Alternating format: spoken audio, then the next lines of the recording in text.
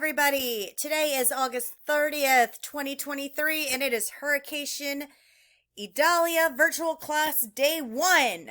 Our learning target today, or our overall target, is I can describe and explain causes and effects of the American Revolution in order to analyze the impact of significant turning points in the debates over independence and self-government. So today we're focusing on analyzing the impact, and we're focusing in on that one event, Valley Forge. So you're going to watch this video, that's the attached video, before you get started.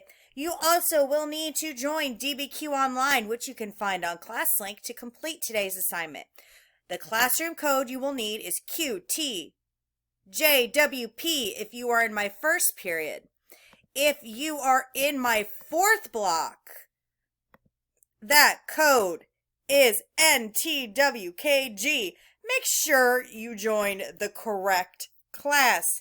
That's really important. Otherwise, you might not get credit. And it's really easy to do. Join the correct class. All right, so I want to just tell you at the beginning, if you get confused, if you need help, I am available through email. I am happy to help you with whatever. Any questions, I'm going to respond through email first. I've got 3 kids that I need to have on Zoom at different times of the day because they don't have the same Zoom schedules. And I will be policing that as well as getting back to you in a timely manner. But if worse comes to worse, we will Zoom. We will get it done. All right, so let's look at DBQ Online, and I am going to open up this assignment. Valley Forge, would you have quit? So you've got lots of different things on here. To begin with, if you see a play button, always listen to that first. I want you to think about what you learned yesterday in the gallery walk. Would you have quit the Army at Valley Forge knowing only what you learned yesterday? You are going to create a green sticky note by clicking sticky note, changing it to green, moving it over here, and answering the question. Do not type random gibberish because that will not work. So after you do that, you're going to scroll down.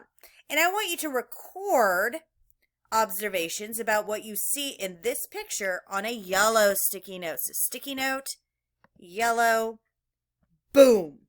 You'll record your observations. And if I look at this, I'm seeing it looks cold, and I know that because it looks like they've got blankets wrapped around them. They're wearing scarves covering their faces. They're huddled around a bucket. I think that bucket might have a fire in it. Looks like there's lots of snow. They're huddled together. So all these things give me a lot of information about Valley Forge. And I want you to record your observations once again on that yellow sticky note. When you're done with that, just want to think about this.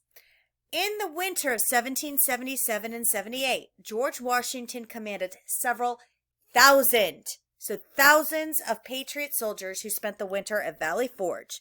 This is 18 to 20 miles outside of Philadelphia. It is not easy. So as we go through, you are going to keep asking yourself, if you had been a soldier in Washington's army, would you have quit? And we have 4 documents. Document A, the numbers, deaths, and illness. It's a chart. Document B, Washington at Valley Forge, which is an engraving. An engraving is where they actually it's kind of like a stamp. So they would carve it into something, and then they might put it in ink and then stamp it on paper. You've got the Diary of Albigence Waldo. Awesome. And the Summer Soldier, Thomas Paine. So we're going to go ahead and we're going to go to hook exercise. For the hook exercise, you are a Quaker in Pennsylvania, Montgomery County, mid-January 1778. Your name is Levi, and you have food to sell. Now, I want you to think about this. You're a Quaker. If you can't remember what a Quaker is, you can click this hyperlink here, and it'll take you to Quaker.org, where it explains to you in more detail than the dude on the oatmeal what a Quaker believes. Now, this is a biased source because it is written by the Quakers themselves. So you always need to keep that perspective in the back of your minds. You're only getting one side of the story. But Mr. Levi here, Uncle Levi, sent his nephews to both the British and the American Continental Army camps to offer up the food you have to sell and to find out how much they're willing to pay. And if you look, the British in every instance are able to pay or willing to pay more than the Army of Valley Forge, which comes to the question, who are you going to sell your food to? Why are you going to sell it to them? And if most of your neighbors do the same thing you do, what impact is it going to have on the American Army at Valley Forge? So what I want you to do, I don't want you to type these answers up unless you want to. I want you to go to this link in orange, the orange link, and that's going to take you to flip.com. And you are going to record a response to this topic right here on Flip. So you are going to tell me, to whom will you sell your foodstuffs, your food? And if most of your neighbors do as you do, how will it impact the Army at Valley Forge? You will have 3 minutes to answer this question. Do you have to use all 3? No, but you need to speak for at least 30 seconds. 30 seconds. You can do that. That's half a minute. And you'll do this by hitting record. And you guys have probably used Flipgrid in the past. This is the same thing. So work through it. You may have to download, or not download. You may have to log in using your Google account. Easy peasy. You know how to do that. Always record so that I can see what you're doing, so that I know what kind of grade to give you. This is part of the grade. Now, once we're done with the hook exercise, we're going to the background essay. And the background essay directions in yellow right here. You hit play. It reads it to you what I want you to do. And you've got 3 questions to answer. Answer them on the same color sticky note as the question so we know the answer. You'll read through, annotate, answer those questions, and then we're going to hop over to the background essay questions. Now, these are the questions you need to answer, but at this point, I need you to pause. If you open DBQ online in 2 tabs or 2 windows, it will not save your work. Once again, if you have DBQ online open in 2 tabs or 2 windows, it will not save your work. Just be aware of that. So you will be answering the questions here, but if you need help reading it, you have the audio support. So if you press that button, it will read it to you. Isn't that great? Yay!